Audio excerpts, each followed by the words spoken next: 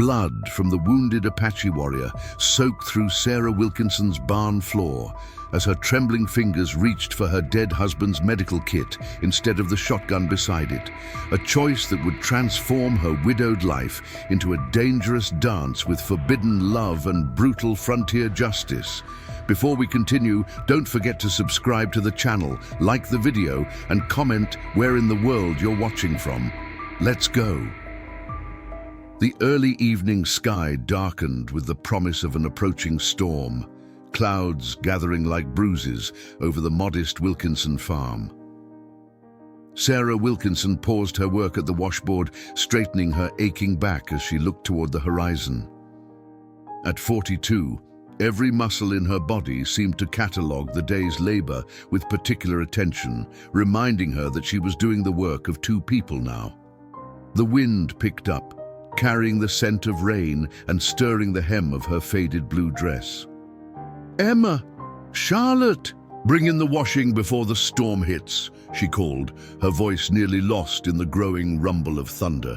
6 months. 6 months since influenza had taken Richard, leaving her alone with 2 daughters and 20 acres of stubborn Arizona soil. 6 months of wondering how they would survive each day, let alone the years ahead. Emma appeared from the garden, her 16-year-old frame already showing the lean strength of someone who had taken on adult responsibilities too young. Her dark blonde hair, so like her father's, was tucked under a simple bonnet, escaping in wisps around her face. "I think we're in for a bad one," Emma said, gathering sheets from the line with practiced efficiency. Charlotte went to check on the chickens and close up the barn. Sarah nodded, wringing out the last of the laundry with hands red and chapped from lye soap. The first heavy drops began to fall as they hurried the clean clothes to the porch of their small, clapboard house. "I'd better help Charlotte," Sarah said, glancing toward the weathered barn that listed slightly to the east. "Finish taking these inside."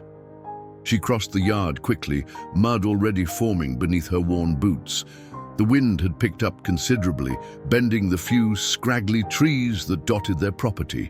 When Sarah reached the barn door, she found it slightly ajar, a rectangle of dim lantern light spilling out into the growing darkness. "Charlotte?" she called, pushing the door wider. The sight that greeted her made her heart stutter in her chest. Charlotte, her youngest at 14, stood frozen in the center of the barn, the lantern trembling in her hand. And at her feet, collapsed against a hay bale, was a man. Not just any man, an Indian, an Apache by the looks of his clothing and the distinctive way his dark hair was tied back. Blood soaked the left side of his buckskin shirt, spreading in an ominous stain across his ribs. "Charlotte," Sarah said softly, careful not to make any sudden movements. "Come here, sweetheart." The girl's eyes, wide with fear, never left the wounded man. "He was already here when I came in," she whispered. "I think he's dying, Mama." The rational part of Sarah, the part that had heard too many stories of frontier violence, that remembered the warnings from neighbors about Apache raids, told her to grab her daughter and run for the house, for the shotgun Richard had taught her to use. But another part of her, the part that had served as a nurse during the bloodiest days of the Civil War, saw only a human being in desperate need. She approached slowly. The man's eyes fluttered open at her footsteps, dark, pain-filled eyes that held both wariness and exhaustion. He tensed, one hand moving to his side as if reaching for a weapon that wasn't there. "It's all right," Sarah said, knowing he likely didn't understand her words, but hoping her tone conveyed her meaning. "We won't harm you." A flash of lightning illuminated the barn, throwing harsh shadows across his face. He was younger than she had first thought, perhaps 30, with sharp, proud features currently twisted in pain. His breathing was shallow, labored. "Charlotte, run to the house. Tell Emma to put water on to boil and bring my medicine box." "But Mama, now, Charlotte." The girl hesitated only a moment before darting past her mother and into the storm. Sarah knelt beside the wounded Apache, keeping her movements slow and deliberate. "My name is Sarah," she said, placing a hand over her heart. "I was a nurse. I can help you." Outside, thunder crashed as if the heavens themselves disapproved of what she was doing. By the time Charlotte returned with Emma trailing behind, carrying the battered tin box that contained Sarah's medical supplies, the rain was hammering against the barn roof like gunfire. The wounded Apache hadn't moved, though his eyes remained fixed on Sarah with the intensity of a cornered predator. "Mama, have you lost your mind?" Emma whispered fiercely, setting the box down while keeping her distance. "He's Apache. The Murphys' homestead was raided just last month. He's a man bleeding to death on our property," Sarah cut in, her voice firm but quiet. "And I'm not sending anyone to die, not if I can help it." Emma's face hardened with the stubborn set of her jaw that was so like Richard's it made Sarah's heart ache. What if he's not alone? What if his people come looking for him? Then we'll deal with that when it happens. Sarah opened her medicine box, the familiar scent of dried herbs and alcohol, a strange comfort in this tense moment. "Charlotte, hold the lantern higher. Emma, I need clean rags from the house and more hot water. You can't expect me to—" "Emma." Sarah looked up, meeting her daughter's gaze with unwavering resolve. "Your father would have done the same, and you know it." The mention of Richard seemed to take some of the fight out of Emma.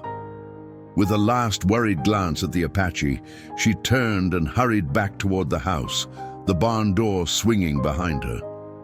Sarah turned her attention to the wounded man. "I'm going to help you," she said slowly, making a gesture toward his bloodied side. "But I need to see how bad it is." The Apache's expression remained unreadable, but as Sarah cautiously reached toward his shirt, he made no move to stop her. The wound was easy enough to find, a bullet hole in his left side that had been hastily bound with a strip of leather. Blood, both fresh and dried, had soaked through his buckskin shirt. "Charlotte, there's a pair of scissors in that box," Sarah instructed, keeping her voice steady. "Hand them to me, please." The girl complied, though her hand trembled so badly that the scissors clattered when Sarah took them. With careful precision, Sarah cut away the makeshift bandage and then the blood-stiffened fabric around the wound. The Apache tensed as the cold metal of the scissors touched his skin, his breath catching. A single word escaped his lips, harsh and guttural in his native tongue. "I know it hurts," Sarah said, though she had no idea what he'd said. "But I have to see how bad it is if I'm going to help you." When she pulled the fabric away, she saw what she feared, an angry, inflamed bullet wound with no exit hole visible. The bullet was still inside him, and infection was already setting in. Emma returned with rags and a steaming kettle, her expression tight with disapproval. "Is he going to die?" she asked bluntly. "Not if I can help it," Sarah replied, though the prospect of removing a bullet with her limited supplies was daunting. She had assisted with such procedures during the war, but performing one alone on her kitchen table in Virginia was another matter entirely. She soaked a clean rag in hot water and began to gently clean around the wound. The Apache's muscles went rigid under her touch, but he made no sound beyond a sharp intake of breath. "It's a bullet wound," Sarah explained to her daughters, who watched with a mixture of fascination and fear, "and it's still in there. I'll need to get it out before infection sets in worse than it already has." "How will you do that?" Charlotte whispered, her face pale in the lantern light. "The same way I did during the war, with steady hands and a prayer." Sarah looked up at the man's face, finding his dark eyes on her, watching every move. "I don't suppose you understand anything I'm saying." To her surprise, he gave a slight nod, followed by words that were clearly English, though spoken with a heavy accent. "I understand some words." Sarah blinked in astonishment. "You speak English?" A ghost of something, perhaps pride, flickered across his face. "Some learned mission school," before. Emma took a step backward, as if his ability to communicate somehow made him more dangerous rather than less. He's been to a mission? Then why is he— Not all paths are straight, Emma, Sarah interrupted, feeling a strange sense of relief at being able to communicate with her patient. She addressed the Apache directly. I need to remove the bullet. It will hurt badly. But if I don't, you will die. Do you understand? He studied her face for a long moment, as if searching for deceit. Then he gave another slight nod. Do. What's your name? Sarah asked, preparing a clean rag to use as a makeshift surgical field. The man hesitated, his expression guarded. Finally, he spoke a single word. Na Kohe. That's your Apache name. White men call Hawk. A name that suited him, Sarah thought, noting the sharp angles of his face and the keen intelligence in his eyes despite his weakened state. All right, Hawk. I'm going to move you to the house. The light is better there, and I'll need my kitchen table. Emma's eyes widened in alarm. Mama, no, you can't bring him inside. Would you rather I perform surgery in a dirty barn? Sarah snapped, her patience wearing thin. He's coming inside, Emma. Now help me get him to his feet. Hawk struggled to stand on his own, pride evident in every strained movement. But when his legs threatened to buckle, it was Sarah who stepped forward, allowing him to lean his considerable weight against her smaller frame. Charlotte, run ahead and clear the kitchen table, Sarah instructed. Emma, his other side. With obvious reluctance, Emma moved to support Hawk's right side. Together, the three of them began the slow journey through the rain toward the modest house that stood as the last remnant of Sarah's former life. The kitchen table, scrubbed clean by Charlotte's nervous hands, looked stark and clinical in the glow of the oil lamps Emma had lit. Outside, the storm continued its assault, rattling the windows and sending occasional drafts whistling through the cracks in the walls. Sarah moved with a purposeful calm she didn't entirely feel, arranging her instruments on a clean cloth. A sharp kitchen knife she'd sterilized in boiling water, tweezers, needle and thread, and a bottle of whiskey Richard had kept for medicinal purposes.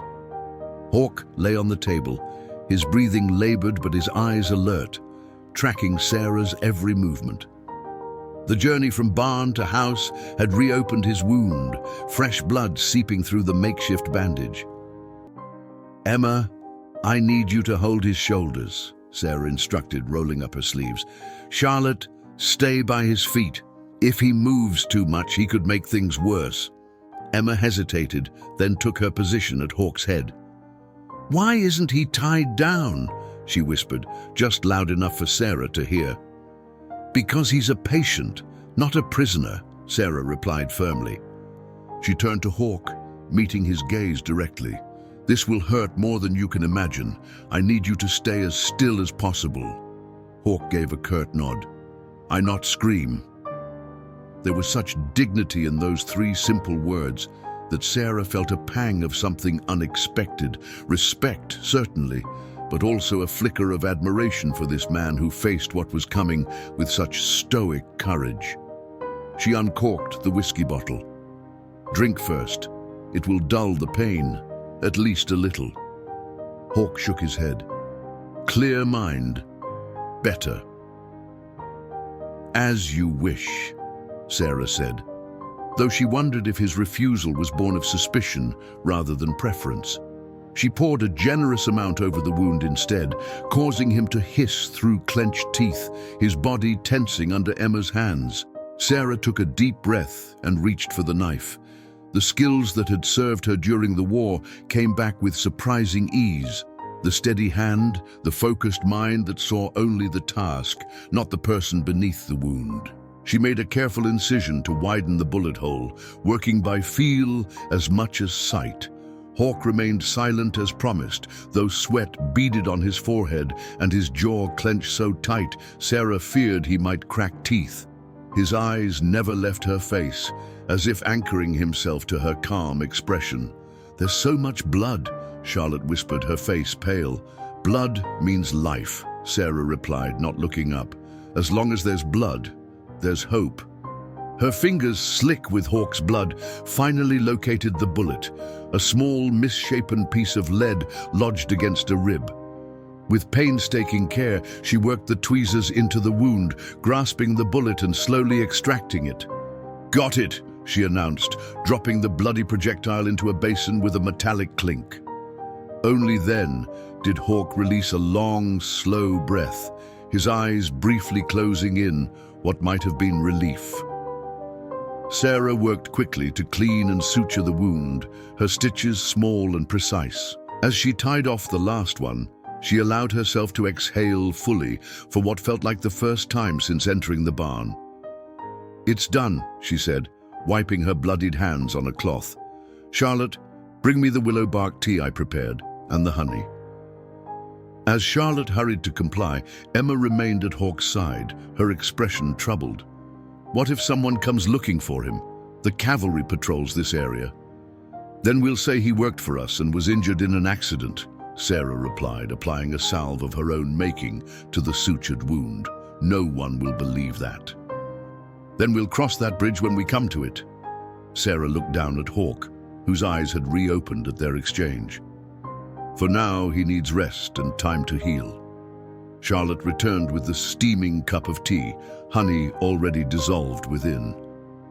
Sarah helped Hawk sit up slightly, supporting his back with one arm while bringing the cup to his lips with her free hand. "Drink. It will help with the pain and fever." He complied, his throat working as he swallowed the bitter liquid. When he'd drained half the cup, Sarah eased him back down. "Where did you learn?" he asked, his voice raspy. "To remove bullets?" Sarah set the cup aside. "I was a nurse during the war between the states." A flash of recognition crossed his face. "Civil War, blue against gray." "Yes, I served in a field hospital in Virginia. I saw more bullet wounds than I care to remember." Hawk studied her with renewed interest. "You fought your own people." "I didn't fight. I healed both sides." Sarah began to bandage his wound with clean strips of linen. My late husband, was a Union soldier. I followed him to war rather than stay behind, not knowing if he was alive or dead." Something shifted in Hawk's expression, a subtle softening around the eyes. "Brave woman." The simple compliment, delivered in his halting English, touched Sarah more than it should have. It had been so long since anyone had seen her as anything but a struggling widow. "We should move him to the spare room," she said, addressing her daughters, but avoiding Emma's accusatory gaze. "He can't stay on the kitchen table, and he's too weak to go back to the barn." "The spare room," Emma's voice rose. "Where Father's things are." Sarah felt a stab of guilt, but pushed it aside. "Your father would understand, Emma. A life is at stake." As if sensing the tension, Hawk struggled to sit up. "No, floor. Enough." Sarah placed a firm but gentle hand on his shoulder. "You're not sleeping on the floor, not in your condition." She turned to Charlotte. "Help me prepare the bed in the spare room." As the two of them left the kitchen, Sarah could feel Emma's disapproving stare burning into her back. And beneath that, something else. The weight of Hawk's gaze, watchful and wondering, as if she were a puzzle he couldn't quite solve. Dawn broke clear and bright the day after the storm, sunlight streaming through the small window of the spare room where Hawk lay. Sarah entered quietly, carrying fresh bandages and a bowl of broth. She found him awake, staring at the ceiling, his face a mask of controlled pain. "You made it through the night," she said, setting the bowl on the nightstand. It wasn't really a question. She had checked on him several times during the darkness, watching the rise and fall of his chest, placing a cool hand on his forehead to monitor for fever. Hawk's eyes shifted to her face. "Yes," a single word, but Sarah noted it was stronger than his speech the night before. "Let me check your wound." She moved to the side of the narrow bed, carefully peeling back the bandages she had applied hours earlier. The stitched gash was red and angry, but showed no signs of the dangerous infection she had feared. "It looks better than I expected." "Adieu, strong medicine," he said, his gaze falling on her hands as they worked. Sarah allowed herself a small smile. Strong, patient. Outside the room, Sarah could hear Emma moving around the kitchen with unusual force, pots and pans clattering in what seemed like deliberate noise. Her eldest daughter had barely spoken 2 words to her since they'd settled Hawk in the spare room. "Your daughter, angry," Hawk observed, following Sarah's gaze toward the door. "She's afraid," Sarah corrected, though she knew anger was certainly part of it. "She's known nothing but stories about Apache raids since we moved to Arizona territory." Hawk's expression hardened slightly. "And white men take Apache land, kill Apache children." Sarah's hands stilled on the fresh bandage.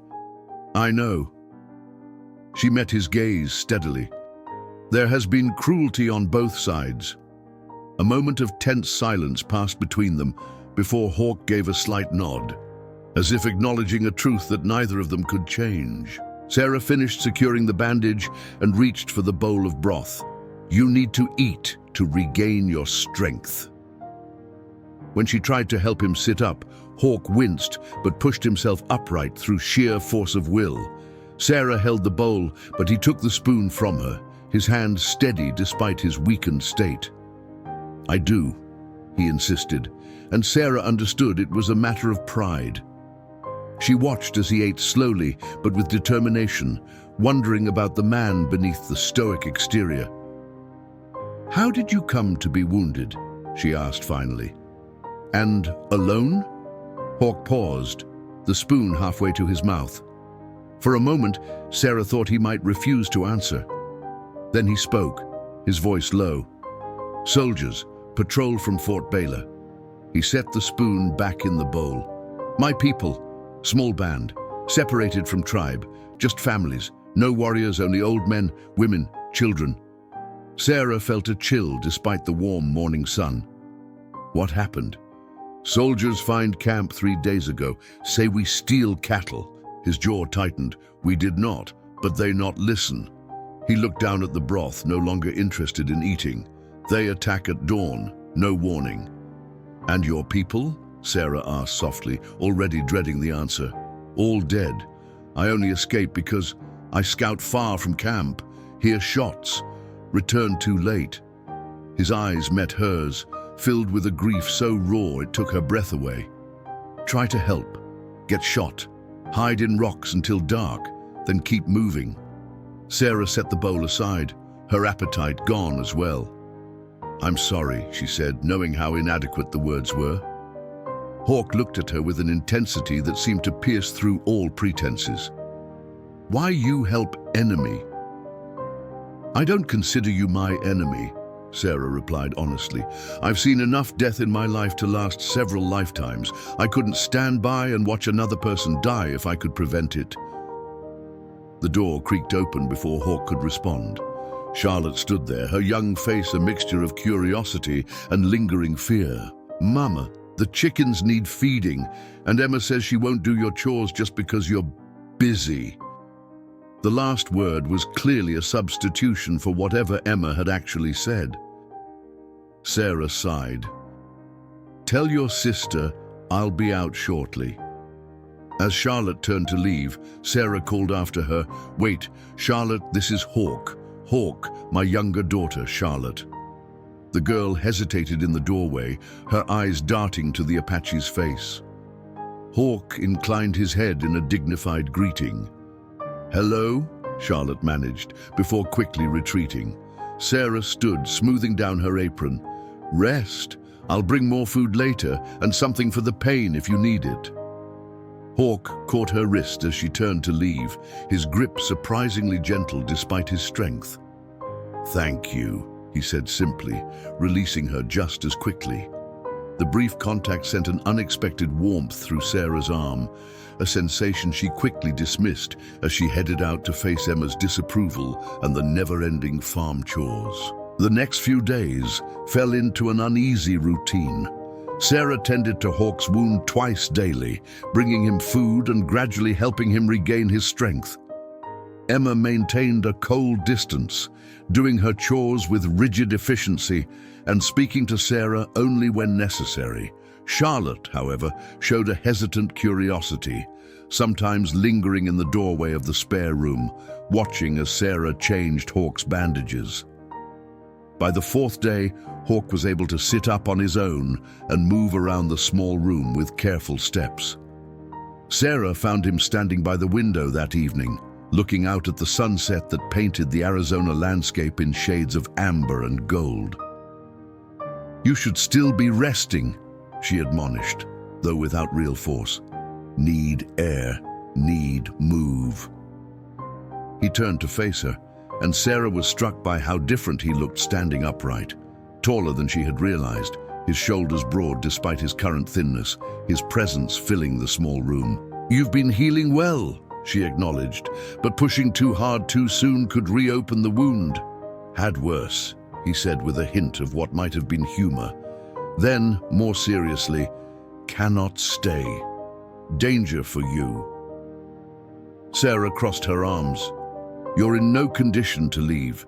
The nearest town is 20 miles away, and Fort Baylor is closer than that. You'd be caught or killed before you made it half the distance. Your daughter right. If soldiers come, let me worry about that." Sarah stepped closer, surprising herself with her own boldness. "Where would you even go? You said your band was... that there was no one left." Something flashed in his dark eyes. Pain, quickly suppressed. "Other Apache bands, in mountains to south." "The mountains are at least 50 miles from here," Sarah argued. "You need another week minimum before attempting such a journey." Hawk studied her face with that penetrating gaze that made her feel oddly transparent. "Why you want me stay?" The question caught Sarah off guard. Why indeed? Practicality told her that the sooner he left, the safer they all would be.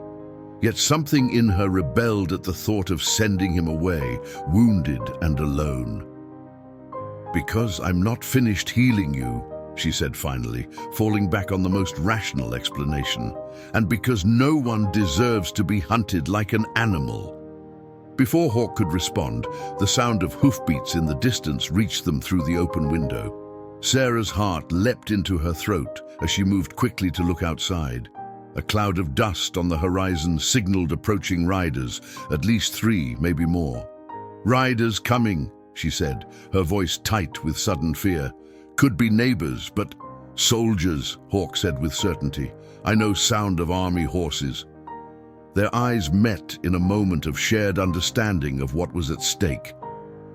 "Get back in bed," Sarah ordered, her mind racing. "Now!" Sarah's heart pounded as she hurried from the room, closing the door firmly behind her. She found Emma in the kitchen, already staring out the window with a look of alarm. "Soldiers," Emma said, turning to her mother. "3 of them." Sarah smoothed her apron with trembling hands. "Listen to me carefully. If they ask, we haven't seen any Apache, not a trace." Emma's eyes widened. "You want me to lie to the United States Army?" "I want you to help me prevent a murder," Sarah replied sharply. "Go find Charlotte, keep her close and follow my lead." Before Emma could argue further, Sarah stepped onto the porch, forcing her face into a neutral expression as the riders approached. 3 soldiers, as Emma had said, a sergeant with a thick mustache and weathered face, flanked by 2 younger men. All carried rifles across their saddles, and their blue uniforms were dusty from the trail. The sergeant raised his hand in greeting as they reined in their horses. "Afternoon, ma'am. Sergeant William Thornton, 7th Cavalry, Fort Baylor." Sarah nodded politely. "Sarah Wilkinson, this is my farm." "Apologies for the intrusion, Mrs. Wilkinson." Thornton removed his hat, revealing a receding hairline peppered with gray. We're tracking a renegade Apache, dangerous fellow, wounded in a skirmish about 4 days back. We've been following his trail, and it seems to lead in this direction." Sarah clasped her hands to stop them from shaking. "I haven't seen any Indians around here, Sergeant. Just me and my 2 daughters trying to keep this place going since my husband passed." Thornton's expression softened slightly with sympathy. "Sorry to hear about your loss, ma'am. Mind if we take a look around, just to be thorough?" Emma and Charlotte appeared in the doorway behind Sarah. She could feel Emma's eyes boring into her back. "Of course," Sarah said, her mouth dry. "Though I don't see what you expect to find. If an Apache had been near our property, I'm sure we would have noticed." "You'd be surprised how these savages can hide themselves," the younger soldier to Thornton's right said with a sneer. "Like snakes in the grass." Sarah felt a flash of anger at the casual cruelty in his tone, but forced herself to remain calm. "Well, you're welcome to look, though I'd appreciate if you'd be quick about it. We have chores to finish before sundown." Thornton dismounted, as did the others. He handed his reins to the sneering private.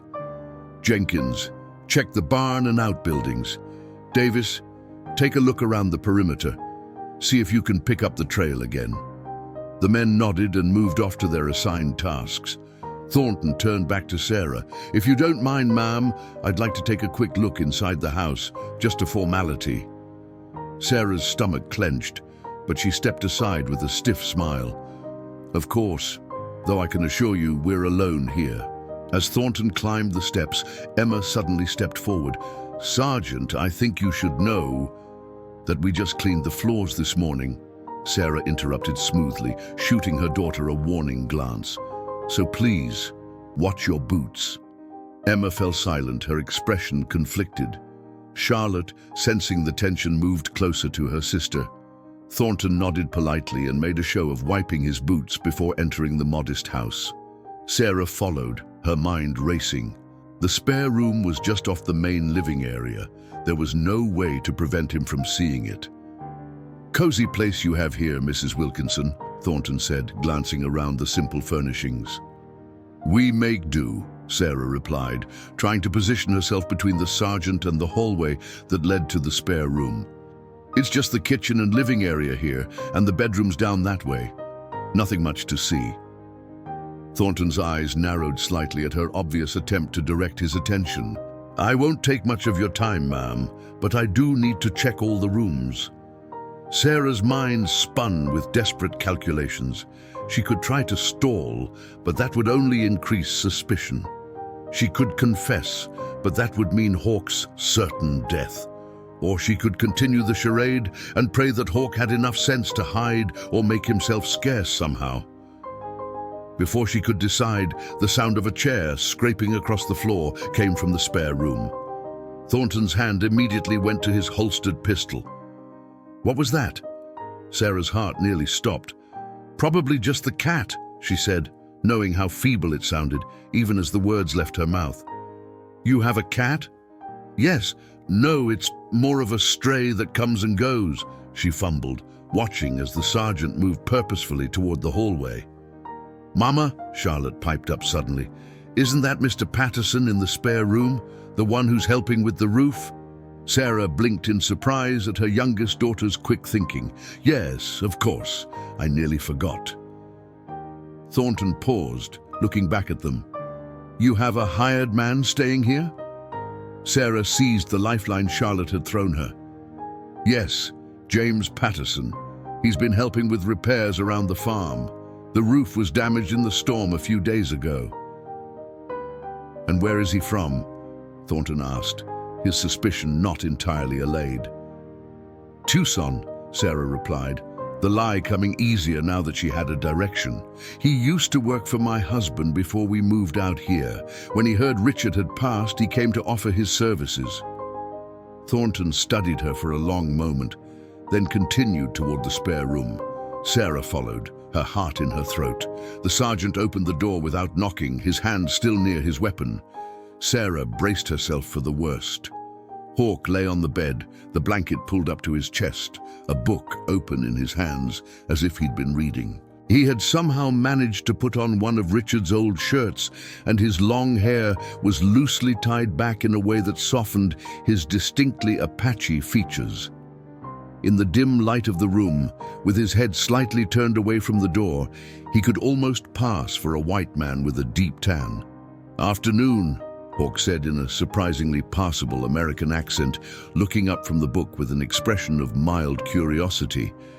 "Can I help you, sir?" Sarah stood frozen in the doorway, astonished at the transformation. The lilting accent that marked his English was completely gone, replaced by a flat frontier drawl. Thornton glanced from Hawk to Sarah, his hand relaxing slightly away from his weapon. "Mr. Patterson, I presume?"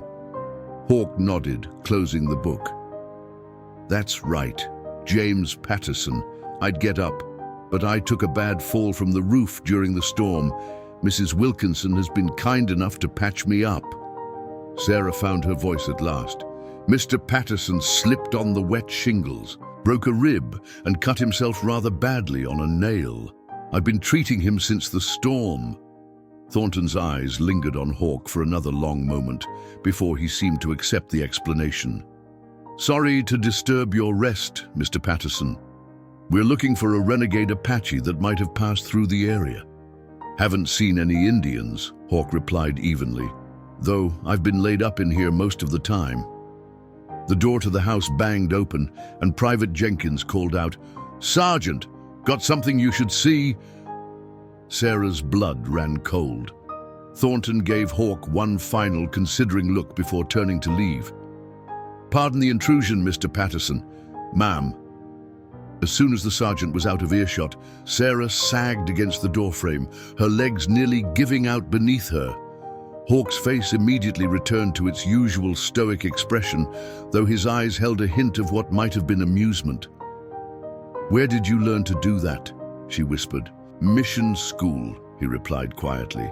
"Learn to sound like white man or get beaten." The harshness of the statement contrasted with the perfectly mimicked accent he had just demonstrated, leaving Sarah momentarily speechless. Before she could respond, Emma appeared in the hallway, her face pale. "Mama, they found blood in the barn, and some of his things." Sarah moved quickly, her mind racing. "Stay here," she instructed Hawk in a whisper, then gestured for Emma to follow her outside. They found Sergeant Thornton in the barn, examining a dark stain on the hay where Hawk had first collapsed. Private Jenkins stood nearby, holding a small leather pouch decorated with intricate beadwork, unmistakably Apache in origin.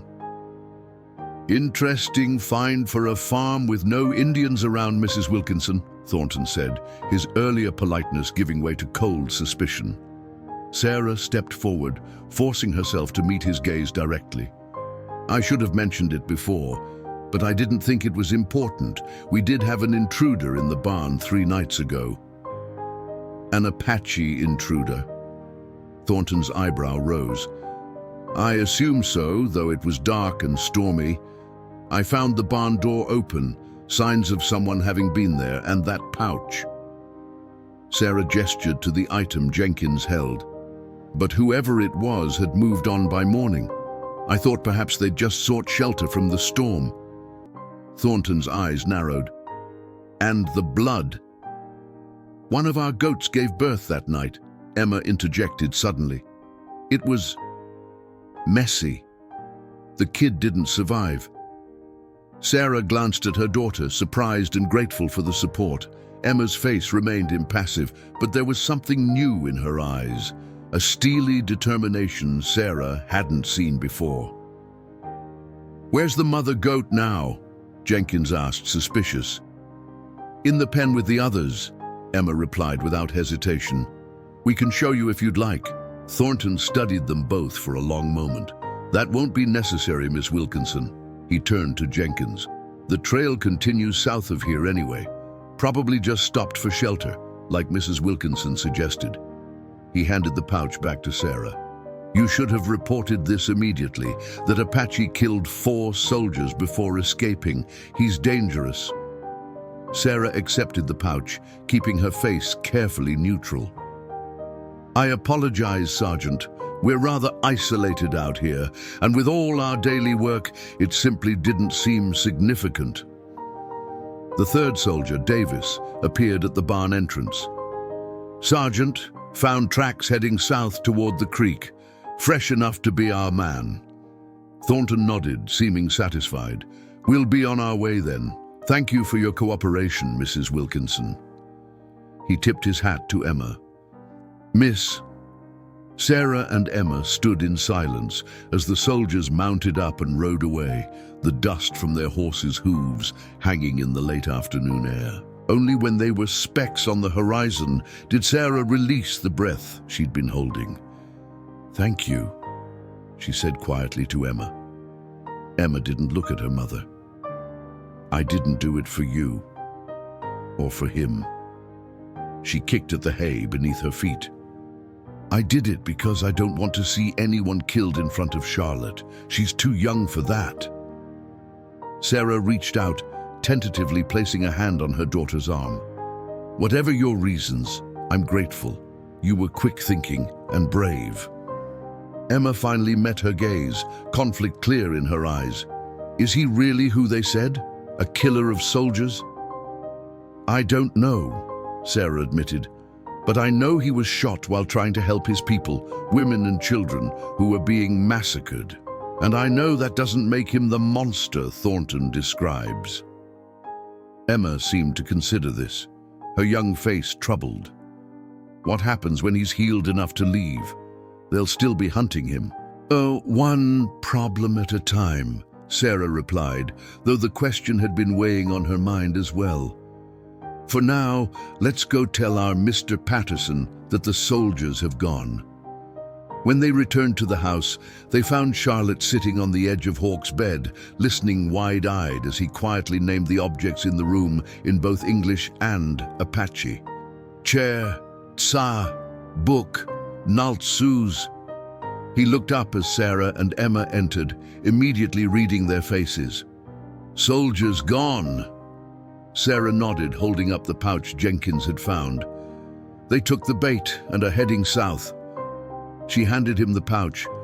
I believe this is yours. Hawk accepted it with reverence, his fingers tracing the beadwork. Medicine pouch, from my mother. Something flickered across his face, a shadow of grief quickly suppressed.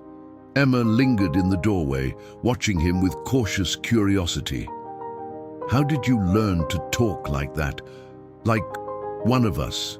Hawk's gaze shifted to her, and Sarah saw something new in his expression, a willingness to engage with her previously hostile daughter. Mission School, San Carlos. He set the pouch carefully on the bedside table. 7 years there. Learn English, farming, Bible. A hint of bitterness crept into his voice. Learn to be not Apache. But you went back to your people, Emma observed, taking a tentative step into the room. My people need me, not white world. He looked at Emma directly. You not trust Apache. I not trust white soldiers. Both have reason. The simple honesty of the statement seemed to reach Emma in a way Sarah's explanations hadn't. The girl stood straighter, meeting his gaze with newfound respect. I need to start dinner, Emma said, finally turning to leave.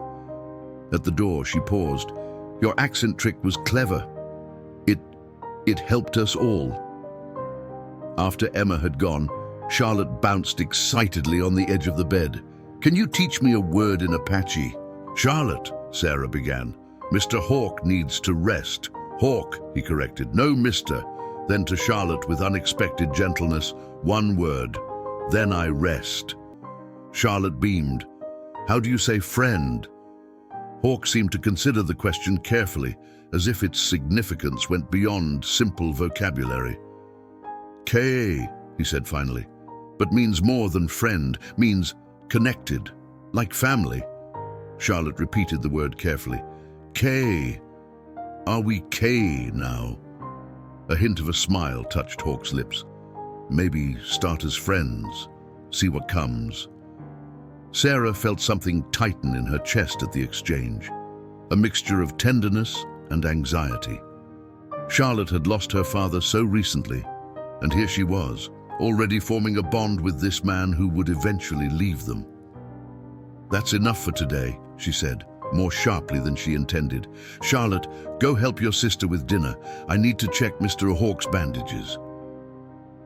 Charlotte reluctantly slid off the bed and left the room. When they were alone, Sarah moved to Hawke's side, deliberately focusing on the task of examining his wound rather than meeting his eyes. "You handled the sergeant well," she said as she carefully unwrapped the bandage. "I was impressed." "Learn to survive," he replied simply. "Like you." Sarah's hand stilled. "What do you mean?" "Woman alone, 2 children, hard land." His dark eyes found hers. "You fight to survive, I see this." The perception in his observation startled her. Most people saw only her struggles, not her strength. "It hasn't been easy," she admitted. "When Richard died, I thought about selling the farm, going back east to my sister in Boston, but this your land now," Hawke finished for her. "Your home." "Yes." Sarah resumed her work, noting with satisfaction that the wound continued to heal well. "Though some days I wonder if we'll make it through another winter." Hawke watched her work, his gaze thoughtful. "Your daughter, Emma, she protect you today. Protect me. Why?" Sarah secured the fresh bandage, considering the question. "Emma is complicated. She was very close to her father. When we lost him, she took on his role in many ways. She feels responsible for protecting what's left of our family." "Strong spirit," Hawke observed. "Like mother." Sarah looked up, finding his face closer than she expected. For a moment neither spoke, the air between them charged with something unacknowledged. Then Hawke reached out, his fingers lightly touching the silver locket that hung from a chain around her neck. A gesture so unexpected that Sarah froze. "Your husband?" he asked softly. "Yes," she whispered, suddenly aware of how long it had been since anyone had touched her with such gentleness. "His portrait is inside." Hawke withdrew his hand. "You love still." It wasn't a question, but Sarah answered anyway. "He was my life for 20 years. She stood up, needing distance from the intensity of his gaze. "Rest now. I'll bring you dinner later." As she reached the door, his voice stopped her. "Sarah." It was the first time he had used her name, and something in the way he said it, soft, almost reverent, made her pulse quicken. "Thank you. For all." Simple words, yet they settled in her heart with unexpected weight as she closed the door behind her. A week passed, then another. With each day, Hawke grew stronger. What began as tentative steps around the spare room gradually extended to slow walks through the house, then to the porch, where he would sit for hours, watching the horizon, as if reading messages in the distant mountains that Sarah couldn't see. The morning air was crisp with early autumn when Sarah found him attempting to chop wood behind the house, his movements careful but determined. She stood watching for a moment, noting how he favored his left side where the wound was still healing. "What do you think you're doing?" she finally called, causing him to pause mid-swing.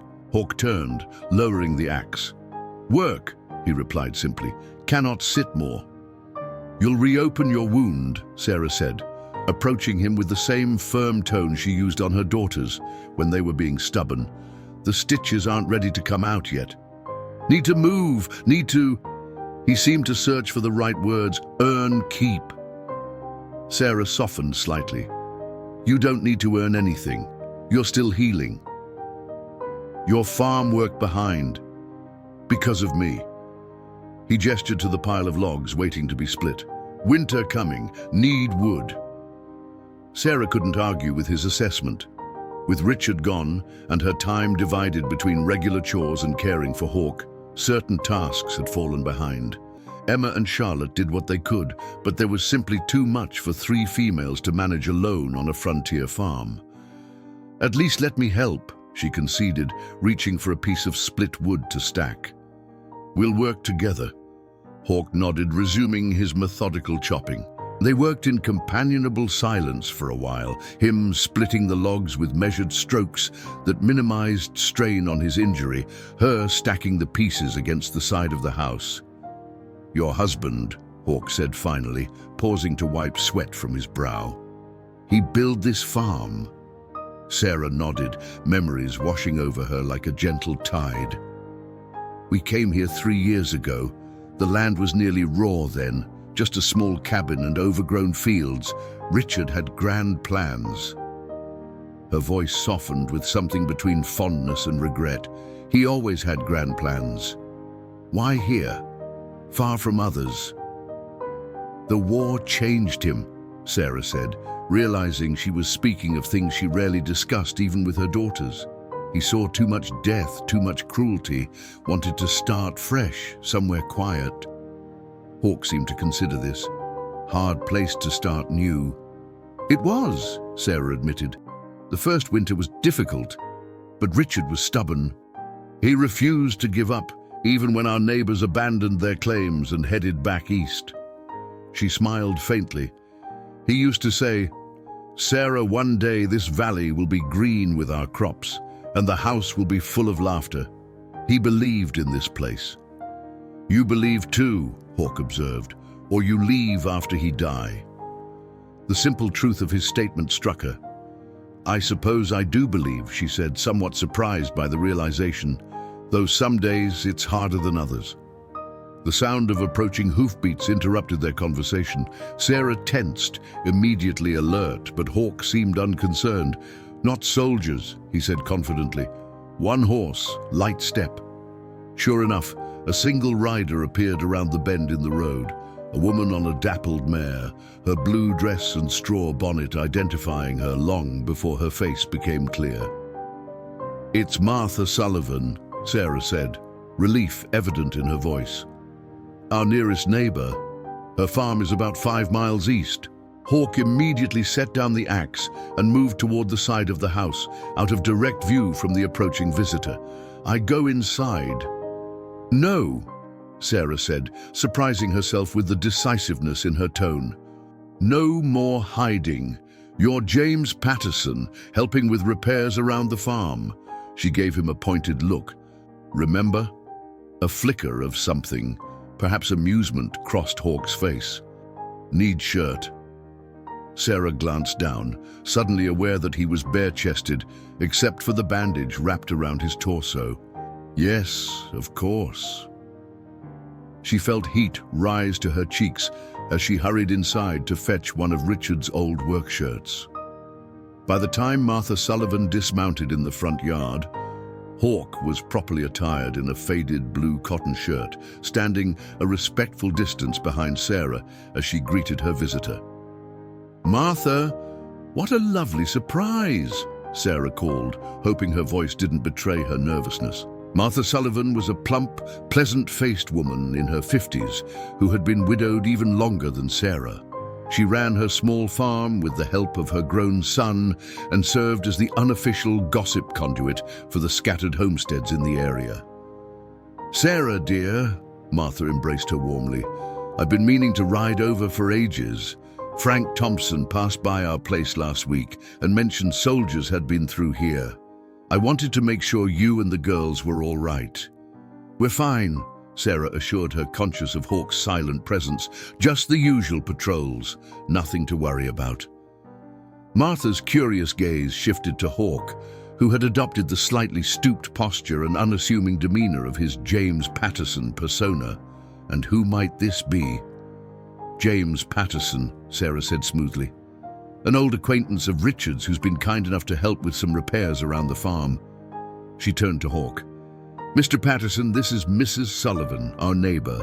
Hawk touched the brim of the hat Sarah had hastily given him along with the shirt. "Ma'am," he said in that perfect American accent that still startled Sarah whenever she heard it. "Pleasure." Martha's eyes sparkled with immediate interest. Well, isn't that fortunate? A single woman trying to run a farm needs a good handyman. The emphasis she placed on single made her meaning unmistakable, causing Sarah to flush again. Mr. Patterson is just passing through, she clarified quickly, staying only until he's recovered from an injury. Fell from the roof, Hawk added helpfully. Mrs. Wilkinson patched me up. Good doctor. Nurse, Sarah corrected automatically. During the war. Well, you simply must come inside, Mrs. Sullivan, Charlotte's voice called from the porch, where she and Emma had appeared. We have fresh coffee, and Emma made apple cake yesterday. Martha brightened. Apple cake? I won't say no to that. It's a long ride from my place. As they moved toward the house, Martha linked her arm through Sarah's, lowering her voice to a conspiratorial whisper. He's quite striking, your Mr. Patterson. Those cheekbones and such deep eyes. Is he a half-breed, do you think? Or perhaps Spanish? I really wouldn't know, Sarah replied stiffly. His background is his own business. Inside, they gathered around the kitchen table while Emma served coffee and slices of cake. Martha dominated the conversation with news from the scattered farms and the distant town, while Hawk sat quietly, offering brief, polite responses when directly addressed. Oh, I nearly forgot the most important news, Martha exclaimed, setting down her coffee cup. There's talk of a new military campaign against the Apache bands hiding in the southern mountains. They say Captain Reynolds is bringing in 3 more companies from Fort Bowie. After what happened to those poor souls at Baylor Station, the Army's determined to end the Apache threat once and for all. Sarah felt, rather than saw, Hawk stiffen beside her. What happened at Baylor Station? She asked, keeping her voice level. Oh, it was dreadful, Martha said, leaning forward eagerly. A band of Apache raiders attacked the station 10 days ago, killed 2 soldiers and stole horses and supplies. They say it was revenge for that skirmish last month, where the army routed some renegade camp. She shook her head. Such senseless violence, as if killing more people will bring back their dead. Sarah's hand found Hawk's knee under the table, a silent warning to maintain his composure. That is terrible news, she said carefully. When is this campaign supposed to begin? Any day now. They're gathering supplies and men at Fort Baylor as we speak. Martha took another bite of cake, oblivious to the tension her words had created. You folks should be extra vigilant. With the army stirring up the hornet's nest, there's no telling where those savages might strike next. Emma, who had been silently observing the exchange, suddenly spoke up. Not all Apache are raiders, Mrs. Sullivan. Some just want to be left in peace to live their lives. Same as us. Martha blinked in surprise at the teenager's forthright statement. Well, I suppose that may be true, dear. But when you can't tell the peaceful ones from the killers, what choice does the army have? Perhaps treating them as human beings rather than obstacles to be eliminated would be a start, Emma replied, her voice quiet but firm. Sarah stared at her daughter in astonishment, recognizing her own words echoed back in Emma's statement. When had this change occurred? Martha seemed equally taken aback. My, you Wilkinson women always did have independent minds. She turned to Hawk with a smile that didn't quite reach her eyes. What do you think of all this Indian business, Mr. Patterson? You've been awfully quiet. All eyes turned to Hawk, whose face revealed nothing of the turmoil Sarah knew must be raging within him. He took a measured sip of coffee before responding in his carefully modulated Patterson voice. I think, he said slowly, that people make war because they fear what they don't understand, on both sides. A heavy silence followed his words, broken only when Charlotte refilled Martha's coffee cup with a hand that trembled slightly.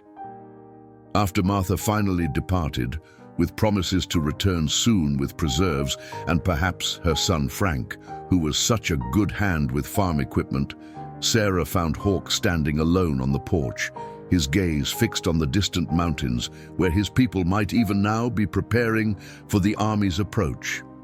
"I must go," he said, without turning, having sensed her presence behind him. "Tomorrow." Sarah moved to stand beside him, her heart constricting at the thought. "You're not fully healed." "Strong enough." His profile was sharp against the setting sun, his expression remote. "My people need warning, need me." "And what about what you need?" Sarah asked softly. "You're one man against an army. What do you hope to accomplish besides getting yourself killed?" Hawk turned to her then, his dark eyes intense. "Better die fighting than hide while others die." The conviction in his voice silenced any further argument. Sarah understood duty, honor, the need to protect one's own. Hadn't she followed Richard into the chaos of war for similar reasons? "At least wait until I remove your stitches," she conceded finally, "and let me pack supplies for your journey." Hawk studied her face for a long moment. "Why you care what happens to me?" The question hung in the air between them, deceptively simple yet impossible to answer honestly without acknowledging feelings Sarah wasn't ready to name. Instead, she reached out and straightened the collar of Richard's shirt that now hung from Hawk's broader shoulders. "Because every life matters," she said, echoing the philosophy that had guided her through the war's darkest days, even when the world says otherwise. But as the sunset painted the sky in shades of fire and gold, Sarah knew that wasn't the whole truth. Not anymore. Morning arrived, with a heavy mist clinging to the fields, shrouding the farm in ghostly white. Sarah had barely slept, her mind turning over possibilities and impossibilities in equal measure. She rose before dawn to prepare supplies for Hawk's journey. Dried meat, cornbread, a canteen of water, and herbs for pain and fever wrapped in clean cloth. Her hands worked mechanically while her thoughts wandered. In just a few short weeks, this man, this stranger from a world so different from her own, had somehow become woven into the fabric of their lives. His absence would leave a hole she wasn't prepared to face. The kitchen door creaked open, and Emma entered, her eyes puffy from what might have been her own sleepless night. Without a word, she began to help, wrapping bread in oilcloth and packing it carefully into a small sack. "You know he's leaving," Sarah said. It wasn't a question. Emma nodded, not meeting her mother's gaze. "Charlotte cried herself to sleep last night. She thinks we can protect him if he stays." She tied the sack closed with more force than necessary. "She doesn't understand what it means to be hunted." "And you do?" Sarah asked gently. "Not the way he does." Emma finally looked up. "But I understand duty. Father taught me that much before he died." The simple statement, delivered without drama or self-pity, struck Sarah deeply. Her eldest daughter had grown up in ways she hadn't fully appreciated. "When did you change your mind about him?" Sarah asked, curious despite the weight of the morning. Emma considered the question as she added a small knife to the supplies. "It wasn't one moment. It was watching him teach Charlotte words in his language, seeing how he never complained, even when the pain was bad. The way he looked at you when you weren't watching." She paused. "And what he said yesterday to Mrs. Sullivan about fear and understanding. It reminded me of things Father used to say." Sarah felt a tightness in her chest. "He would have liked Hawk, I think, despite everything. He would have liked that you saved him," Emma corrected, "that you were brave enough to do the right thing, even when it was dangerous." She hesitated, then added quietly, "I'm sorry I wasn't braver sooner." Sarah reached out and tucked a strand of hair behind her daughter's ear, a gesture from Emma's childhood. "You're braver than you know." The sound of footsteps interrupted them. Hawk stood in the doorway, already dressed in his original buckskin clothing, which Sarah had carefully cleaned and mended. The sight of him restored to his true self was jarring after weeks of seeing him in Richard's clothes. He looked stronger, more formidable, a reminder of the world he belonged to, a world that wasn't hers. "Morning," he said simply, taking in the supplies on the table with a solemn nod. Emma stepped back, suddenly awkward. "I'll go wake Charlotte. She'll want to say goodbye." She slipped past Hawk, leaving them alone in the kitchen's half-light. "You have food for journey," Hawk observed, moving to the table. "Thank you." "It's not much," Sarah replied, finding it difficult to meet his eyes, "but it should last until you reach the mountains." She picked up a small packet. "These herbs are for pain, and these," she indicated another, "are for infection. If your wound reopens, you'll need to—" Sarah. The gentle interruption of her name on his lips stopped her. "I know how to use. You teach well." She nodded, swallowing past the tightness in her throat. "I removed your stitches last night. The wound is healing nicely, but you shouldn't push yourself too hard on the journey." "I be careful," he promised, then added with the hint of a smile, "Doctor's orders." "Nurse," she corrected automatically, and they shared a brief, sad smile at the familiar exchange. Hawk picked up his medicine pouch from the table where Sarah had placed it with the supplies. He ran his thumb over the beadwork, his expression thoughtful. "Your husband," he said suddenly. "He was good man." The unexpected question caught Sarah off guard. "Yes," she answered truthfully. "Not perfect, but good. Kind. Stubborn." She smiled faintly at memories that now felt like they belonged to another lifetime. He had dreams bigger than his abilities sometimes, but his heart was true. Hawk nodded slowly. "He see you, your strength." It wasn't a question. "He did," Sarah agreed. "When most men of our time see only what they expect to see in a woman, Richard saw me as I was." "Like you see me," Hawk said quietly. The simple statement hung in the air between them, charged with meaning. Sarah felt as though something essential had shifted, like the ground after a tremor. She began, but Charlotte's appearance cut off whatever truth might have emerged. "You're leaving?" the girl accused, her young face flushed with emotion. "You promised to teach me more Apache words." Hawk turned to her with unexpected gentleness. "Some promises must wait, little one." "But what if you don't come back?" Charlotte's voice cracked on the last word, her fear naked and raw. "What if the soldiers catch you?" Hawk knelt to meet her at eye level, wincing slightly at the pull on his healing wound. Apache know mountains, know how to move like wind, unseen. He reached into his medicine pouch and withdrew a small carved wooden animal, a hawk in flight. "For you to remember." Charlotte accepted the carving with trembling hands. "When did you make this?" "Night times, when sleep not come." Hawk glanced up at Sarah. "Found wood in workshop. Hope not mind." "Of course not," Sarah said, touched by the gesture. Charlotte clutched the carving to her chest. "Will you come back? After you warn your people?" The question hung in the air, fraught with impossible hopes. Hawk's eyes met Sarah's over Charlotte's head, and in them she read the truth he wouldn't speak aloud. If he survived, if his people survived, there would still be a war, a divide, worlds that didn't easily intersect. "If path leads here," he said finally, "I follow." It wasn't a promise, but it was the most honest answer he could give. Charlotte seemed to sense this, nodding with a maturity beyond her years. "I'll keep watch for you from the hill," she said solemnly. Emma appeared with a bundle in her arms, Richard's old coat. "For the journey," she said, holding it out to Hawk. "The nights are getting colder." Hawk looked surprised, but accepted the offering with dignity. "Thank you, Emma."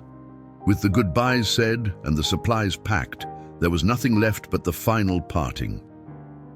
Sarah walked with Hawk to the edge of the property, while Emma and Charlotte remained on the porch, a tableau of farewell that Sarah knew would be burned into her memory. The mist was beginning to lift, revealing a sky promising fair weather for travel. Hawk paused at the boundary of the Wilkinson farm, where the path led toward the distant mountains that had been calling to him all these weeks. "Your people lucky to have you," he said, turning to face Sarah.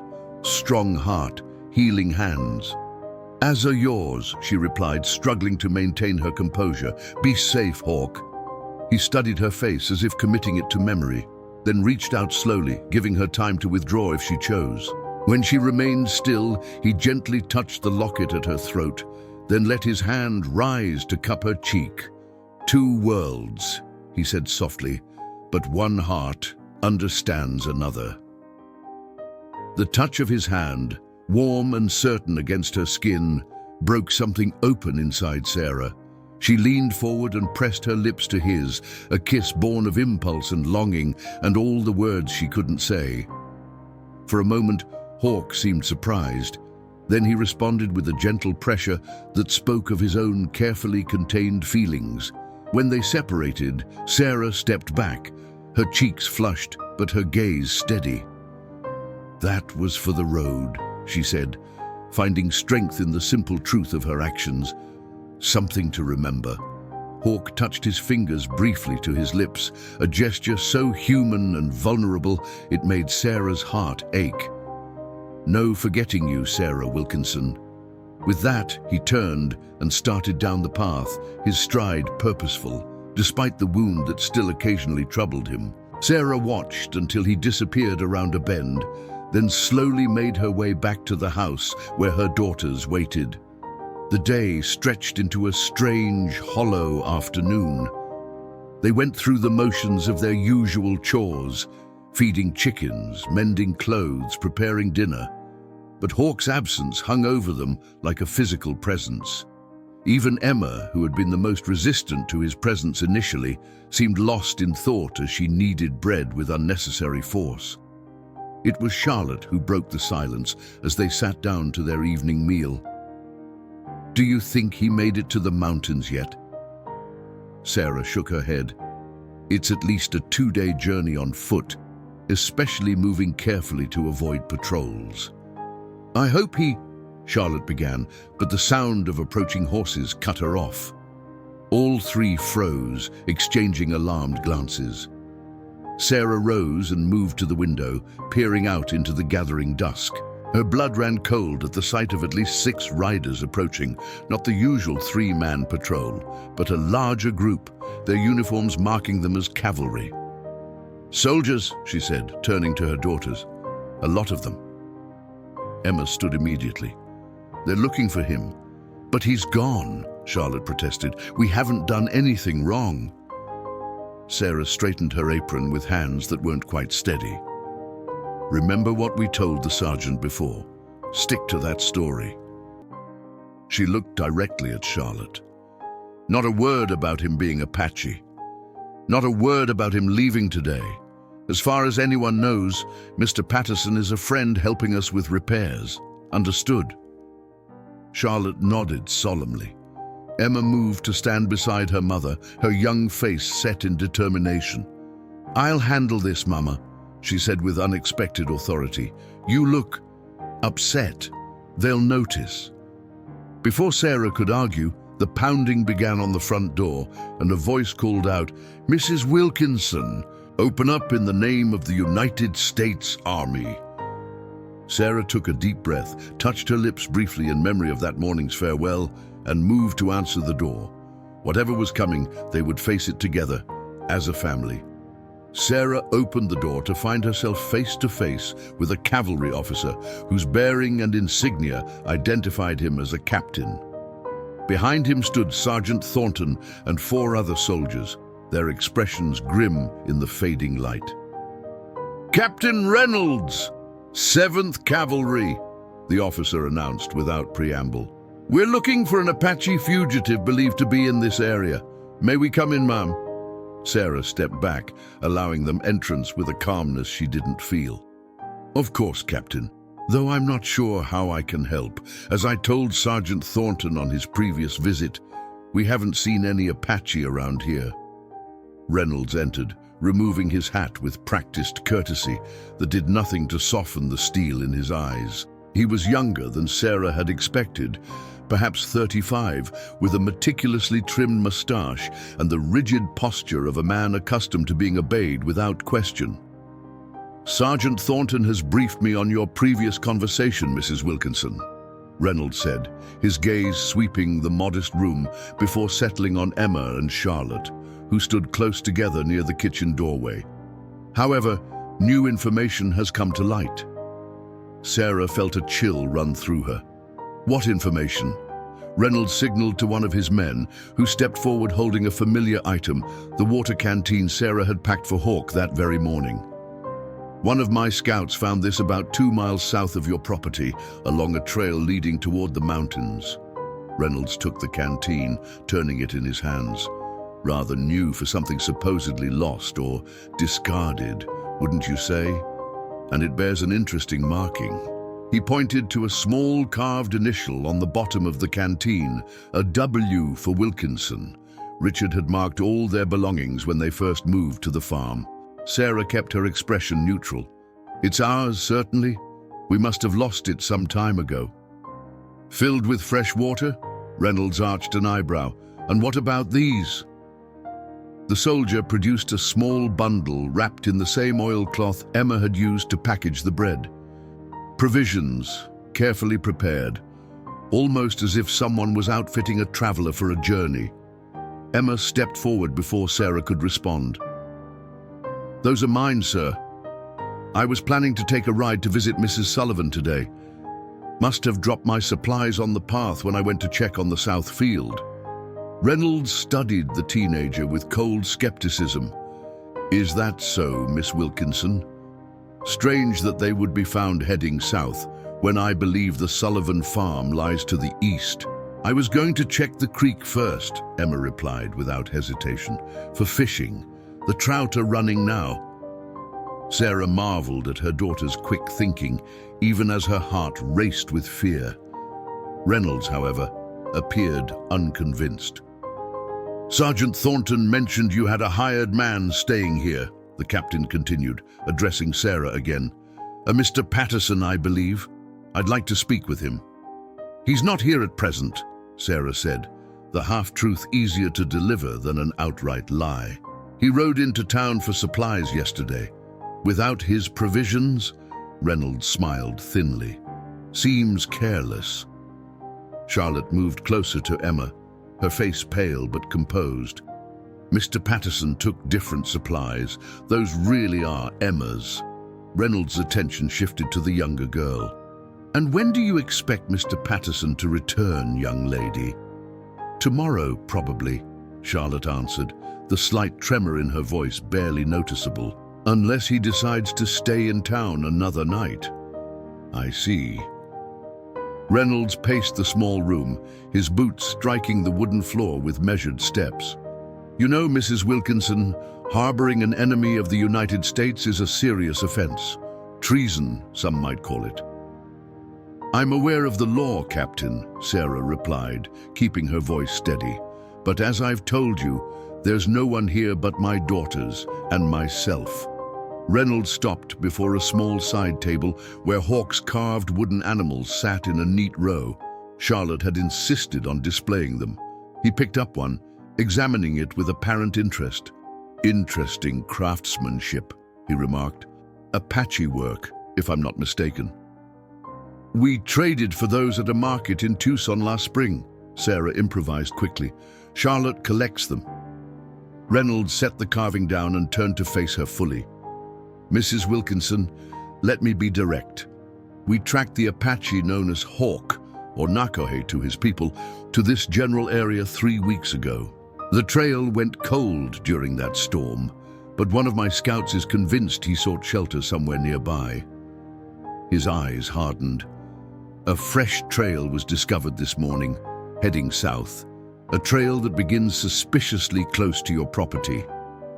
Sarah felt as though the floor were tilting beneath her feet, but she held her ground. "I can't explain your scout's findings, Captain. All I know is that no Apache has been inside this house." It wasn't technically a lie. Hawk had never identified himself as Nakohe within their walls, only as Hawk. The distinction was meaningless, of course, but Sarah clung to it nonetheless. "Mama," Emma interrupted, her voice unnaturally high, "the bread is burning." Sarah blinked in confusion. They hadn't been baking until she caught the meaning in Emma's panicked eyes. Smoke. Something was burning. "Excuse me, Captain," Sarah said, moving quickly toward the kitchen. The acrid smell of smoke grew stronger as she entered, and through the window she saw the cause, flames licking up the side of the barn, already consuming the dry wood with frightening speed. "Fire!" she shouted, all thoughts of soldiers and deception instantly replaced by the very real danger facing their livelihood. "The barn's on fire!" Reynolds and his men rushed outside, where the blaze was now clearly visible, casting an orange glow against the darkening sky. The soldiers immediately organized themselves, forming a bucket line from the well to the barn, while Reynolds shouted orders. In the chaos, Sarah found herself working alongside the very men she had been deceiving moments before, passing buckets with desperate efficiency as Emma and Charlotte led the frightened horses and their 2 milk cows to safety. "The south wall is gone," Sergeant Thornton reported grimly, his face streaked with soot. "Fire's spreading too fast." Reynolds nodded, his military demeanor firmly in place despite the crisis. "Focus on keeping it from reaching the house. The barn is lost." And it was. Within half an hour, the structure that had stood since Richard first claimed the land was reduced to a smoking skeleton of blackened beams. The animals were safe, but the stored hay, tools, and wagon were gone. As the immediate danger passed, Sarah sank to her knees in the dirt, exhaustion and despair washing over her in equal measure. The barn had been essential to their survival. Without it, facing the coming winter would be nearly impossible. A shadow fell across her, and she looked up to find Captain Reynolds standing over her, his uniform stained with smoke and water. "A terrible accident," he said, though his tone suggested otherwise. "Strange timing." Sarah struggled to her feet, refusing to remain in a position of submission. "What are you implying, Captain?" "Indeed, distractions can be convenient when one wishes to redirect attention." Reynolds studied her with cool assessment, particularly when faced with uncomfortable questions. "You think we set our own barn on fire?" Sarah's genuine outrage gave force to her words. "That barn was our livelihood." "Perhaps not you," Reynolds conceded, "but it's interesting that this fire started just as our conversation was becoming difficult." He looked toward the southern horizon, now completely dark. "If someone was trying to create a diversion to slip away unnoticed, it would be an effective strategy." The implication was clear. Reynolds suspected Hawk had been hiding nearby and had started the fire to cover his escape, or that the Wilkinsons had done so to help him. Before Sarah could respond, Emma appeared at her side, her face smudged with soot, but her eyes clear and determined. "Captain Reynolds," she said with remarkable poise, "my mother and sister and I are now without a barn as winter approaches. Whatever suspicions you harbor, the fact remains that we need help, not accusations." Reynolds regarded the teenager with something approaching respect. "You speak boldly for one so young, Miss Wilkinson." "I speak truthfully," Emma replied. "Whether you choose to believe us or not, we've lost nearly everything tonight." Charlotte joined them, leading one of the rescued horses by its halter. "What do we do now, Mama?" she asked, her voice small but steady. The question hung in the air, encompassing so much more than the immediate aftermath of the fire. Sarah put an arm around each of her daughters, drawing strength from their presence. "We rebuild," she said simply. "We always do." Reynolds watched this exchange, his expression unreadable in the dim light of the smoldering ruins. Finally, he turned to Sergeant Thornton. "Post 2 men here overnight," he ordered. "At first light, we continue south. The rest of us will return to camp." To Sarah, he added, "If your Mr. Patterson returns, I'd appreciate it if you'd send word to Fort Baylor immediately." "Of course," Sarah agreed, knowing full well that James Patterson would never be returning. As the soldiers prepared to leave, Reynolds paused beside his horse. "One more thing, Mrs. Wilkinson. The Apache we're tracking, he's not just any renegade. He's believed to be planning attacks on settlements throughout the territory. The safety of every homestead depends on stopping him." Sarah met his gaze evenly. "I understand the importance of protecting innocent lives, Captain. I was a nurse during the war. Then you understand that sometimes difficult choices must be made for the greater good." Reynolds mounted his horse with practiced ease.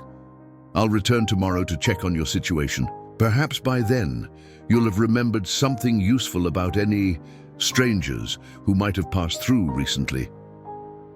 With that thinly veiled warning, Reynolds led his men away, leaving 2 young privates posted at a discreet distance from the house. Sarah and her daughters stood watching until the riders disappeared into the night, the gravity of their situation settling over them like the ash that still drifted down from the ruined barn. "They know," Charlotte whispered once they were alone. "They know about Hawk." "They suspect," Sarah corrected, "but they don't know. Not for certain." She surveyed the smoking remains of the barn with a heavy heart. "Come inside, girls. We need to talk." In the kitchen, with the door firmly closed and voices kept low, Sarah faced her daughters across the worn table. "Did either of you start that fire?" she asked bluntly. Emma looked shocked. "Of course not. How could you think—" "I didn't," Sarah interrupted, "but I needed to be sure. Because if you didn't, and I didn't, then who did?" Charlotte finished, her eyes wide. Sarah leaned forward, her voice barely above a whisper. "I think it might have been Hawk. Reynolds was right about one thing. The fire was an effective diversion." "But why would he come back?" Emma asked. "He was already safely away." Sarah shook her head, the pieces falling into place with terrible clarity. "He never left, or he didn't go far. He must have been watching the farm, saw the soldiers arrive, and created a distraction to draw them away from the house, away from us." "Because he knew they suspected us of helping him," Emma said slowly, understanding dawning on her face. "He sacrificed our barn to protect us. But where is he now?" Charlotte looked anxiously toward the window, where the distant figures of the 2 guards were barely visible in the moonlight. "If he's wise, he's miles away by now," Sarah said, though a part of her ached at the thought. With the soldiers focused on the fire, he would have had a clear path south. Emma reached across the table and took her mother's hand. "What are we going to do about the barn, Mama? About winter?" It was the practical question Sarah had been avoiding since the flames first appeared. Without the barn to store feed and shelter the animals, without the tools that had burned, their chances of surviving the coming winter had diminished dramatically. "I don't know," she admitted, the weight of it all suddenly overwhelming. "I truly don't know." Charlotte's small hand covered both theirs. "We'll figure it out. Together." In that moment, looking at her daughters' faces in the lamplight, Emma's newfound maturity, Charlotte's enduring hope, Sarah found a reservoir of strength she hadn't known she possessed. "Yes," she agreed, straightening her shoulders. "We will." Outside, the night grew deeper. Somewhere in the vast darkness, Hawk was either fleeing toward the mountains that had called to him for so long, or lying injured, or worse. And with the dawn, Captain Reynolds would return, bringing more questions, more suspicions, and perhaps consequences Sarah didn't dare contemplate. But for now, she had her daughters and the fragile safety of their 4 walls. It would have to be enough. Dawn broke with a bitter chill, the first true herald of the approaching winter.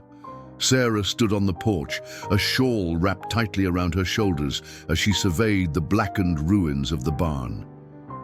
In the harsh morning light, the devastation seemed even more complete. Charred timbers, melted metal, the acrid smell of burned hay still hanging in the air. The two young soldiers left to guard the property had maintained their vigil through the night, though they now sat huddled against the cold, looking as exhausted as Sarah felt. She had barely slept, her mind racing between immediate concerns of survival and consuming worry about Hawk's fate. Emma joined her on the porch, pressing a cup of hot coffee into her hands. "I've counted what we managed to save," she reported quietly. "It's not much, Mama." Sarah nodded, taking a sip of the bitter brew. "The animals? They're restless. I've tied them under the old oak for now, but they need proper shelter before the weather turns." The magnitude of what they faced threatened to overwhelm Sarah. Rebuilding a barn required lumber, tools, labor, all things they now lacked. Richard would have known what to do, would have had a plan before the ashes were even cold. But Richard was gone, and it was her responsibility now. "Mrs. Wilkinson?" Sarah turned to find one of the young guards approaching the porch, hat in hand. He couldn't have been more than 20, his face still soft with youth despite the military bearing. "The captain's returning, ma'am," he said, gesturing toward the road where a cloud of dust announced approaching riders. "Thought you should know." "Thank you, Private," Sarah replied, straightening her spine and smoothing her apron in a reflexive gesture. "Emma, fetch Charlotte. We'll meet them together." Captain Reynolds led a larger contingent this time, at least a dozen soldiers, including several men who appeared to be scouts rather than regular cavalry. They dismounted in the yard, and Reynolds approached the house with the confidence of a man used to imposing his will on others. "Mrs. Wilkinson," he greeted her, his tone carefully neutral. "I trust you and your daughters passed a comfortable night, despite the circumstances." "As comfortable as can be expected, Captain," Sarah replied, matching his formality. "Though I'm more concerned about passing a comfortable winter without our barn." Reynolds nodded, as if acknowledging the point. "I've brought Lieutenant Parker, our regimental engineer. With your permission, he'll assess what's needed to rebuild." Sarah blinked in surprise. "You're offering to help rebuild our barn?" "The United States Army looks after its citizens, Mrs. Wilkinson," Reynolds replied, though his eyes remained calculating, "especially those who have suffered unfortunate accidents." The implication was clear. This assistance came with strings, namely her cooperation regarding Hawk. Before Sarah could formulate a response, Charlotte burst from the house, her face alight with excitement. "Mama! Riders coming from the east!" she exclaimed, pointing toward a rise where 3 figures on horseback had appeared. All eyes turned to the newcomers. As they drew closer, Sarah recognized Martha Sullivan's stout figure on her dappled mare. Beside her rode a tall young man Sarah assumed was her son Frank, and behind them came a wagon driven by an older man she didn't recognize. "Reinforcements, I see," Reynolds remarked dryly. Martha Sullivan was not a woman to be deterred by the presence of military personnel. She drove her horse straight into the yard, dismounting with surprising agility for a woman of her size. "Sarah Wilkinson," she called, hurrying forward. "Word reached us about the fire last night. We've come to help." The simple declaration, delivered with such matter-of-fact kindness, nearly broke Sarah's carefully maintained composure. "Martha, thank you." Martha embraced her quickly, then stepped back to make introductions. "This is my son Frank, and our neighbor Mr. Howard. We've brought tools, and the men have brought lumber from Howard's mill." She lowered her voice, though not enough to prevent Reynolds from hearing. "And I've sent word to the other farms. More help will be coming." Reynolds watched this exchange with an unreadable expression. "It seems you have plenty of assistance, Mrs. Wilkinson. Perhaps the Army's resources are needed elsewhere. "Not at all, Captain," Martha interjected before Sarah could speak. "The more hands, the better. A barn doesn't build itself, and winter's coming fast." Frank Sullivan stepped forward, a tall young man with his mother's direct gaze. "Begging your pardon, Captain, but Mrs. Wilkinson and her daughters can't manage a farm without proper shelter for their animals and equipment. If your men could assist, we might get the frame up before nightfall." Reynolds seemed to consider this, his gaze traveling from the Sullivans to Sarah and her daughters, then to the ruined barn. Finally, he nodded. "Lieutenant Parker will oversee the military contribution. I have other matters to attend to." He turned to Sarah. "I'd like a word in private, Mrs. Wilkinson." Sarah followed Reynolds to the side of the house, away from the growing activity in the yard, as soldiers and civilians began to assess the damage and organize the rebuilding effort. "You have loyal neighbors," Reynolds observed. "Frontier folk look after each other," Sarah replied. "It's how we survive out here." Reynolds studied her for a moment. "My scouts have been tracking all morning. They found sign of a single traveler heading south, moving fast. Apache, by the way the tracks were laid." Sarah kept her expression neutral, though her heart quickened. "I see. The interesting thing is, those tracks only appeared after the fire started." Reynolds' eyes narrowed. "Almost as if someone had been watching your farm, waiting for an opportunity." "What are you suggesting, Captain?" "I think you know exactly what I'm suggesting, Mrs. Wilkinson." Reynolds leaned closer. "Your Apache friend used that fire as a diversion, which means he was close by when we arrived, close enough to see your predicament and act." Sarah met his gaze steadily. "Even if what you say is true, it doesn't change the fact that he's gone now. You said yourself your scouts found his trail heading south." "Yes, and we will follow it." Reynolds straightened. "But I want you to consider something, Mrs. Wilkinson. A man who would burn down your barn, your livelihood, is not a man who has your best interests at heart. Whatever story he told you, whatever sympathy he evoked, remember that." The accusation stung, not because Sarah believed it, but because the captain had twisted an act of sacrifice into something selfish. "Is that all, Captain?"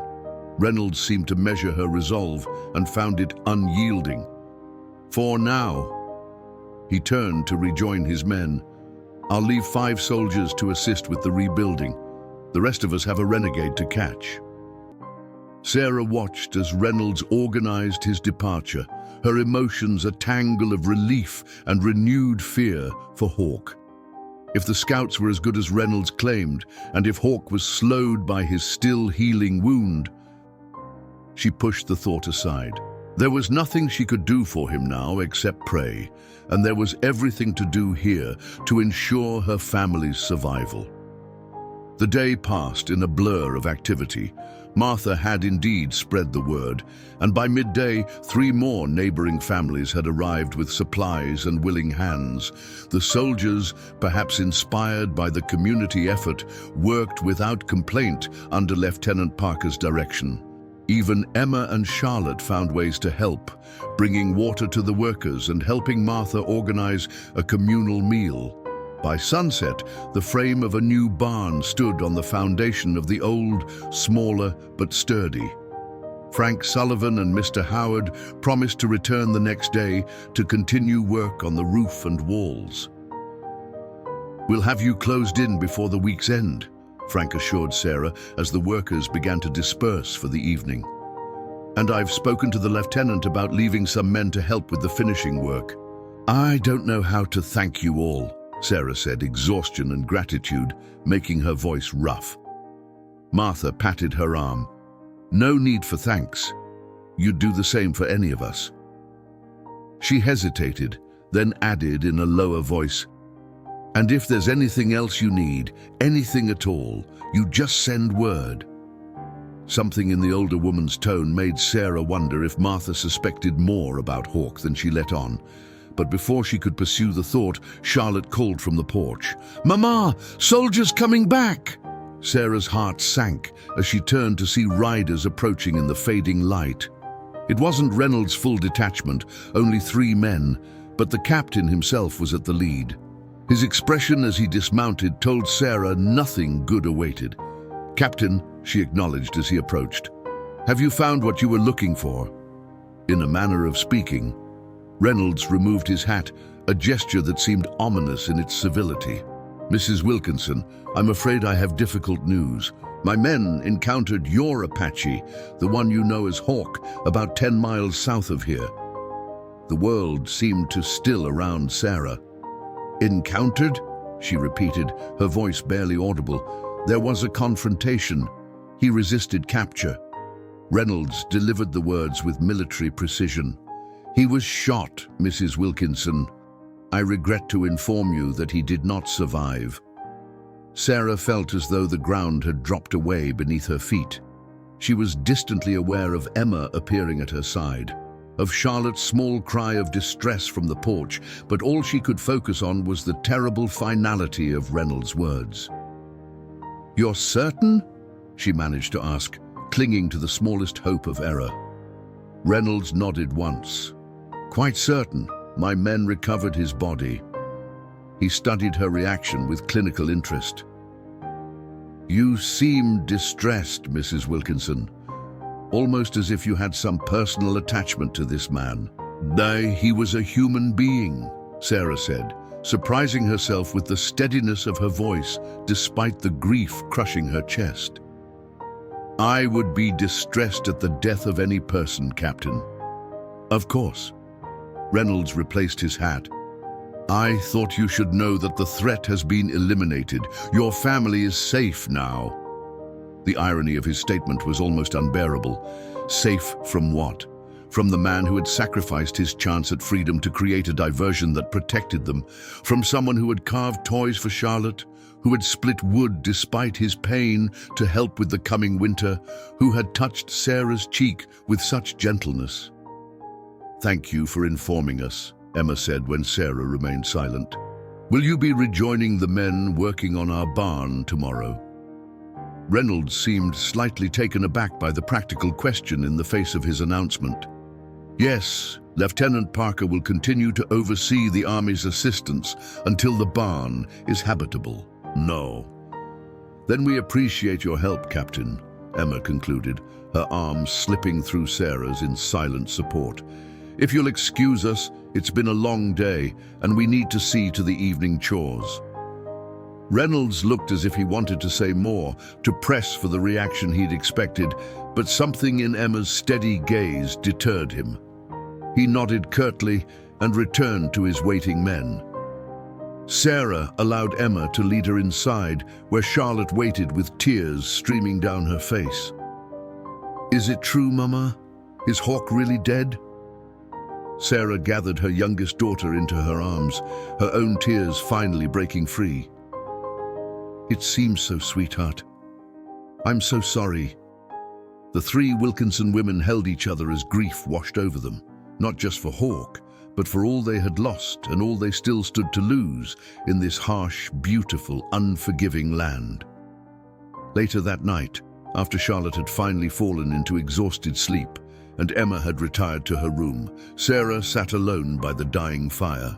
The house felt emptier than it had since Richard's death, as if Hawk's brief presence had filled spaces she hadn't known were vacant. A soft knock at the door startled her from her reverie. Wary, she took the rifle from its place above the mantel before approaching the door. "Who's there?" she called, her finger near the trigger. "Friend," came the response, the voice barely audible but achingly familiar in its cadence. Sarah's hands trembled so badly she almost dropped the rifle as she unbolted the door and pulled it open. Hawk stood before her, alive and whole, though clearly exhausted. His clothes were different, simple work clothes that might belong to any frontier man, and his long hair was hidden beneath a wide-brimmed hat. "You're alive," she whispered, afraid to believe the evidence of her own eyes. "Yes." He glanced past her into the house, then behind him toward the darkness where a soldier might be watching. "May I enter?" Sarah pulled him inside, quickly bolting the door behind him. "Reynolds said you were dead, that his men shot you, that they had your body." Hawk removed the hat, revealing his hair now cut shorter in the style of white men. "They shot Apache, not me." He placed the hat on the table, his movements betraying the weariness in his bones. "Found dead Apache, same size. Take body to captain, say is Hawk." "One of your soldiers lied to Reynolds." Sarah could scarcely comprehend what he was saying. "Young one, private who guard here last night." Hawk's eyes held hers. "I speak to him when others sleep. Tell him truth. He helped me disappear." "But why would he do that? Risk his career, his freedom?"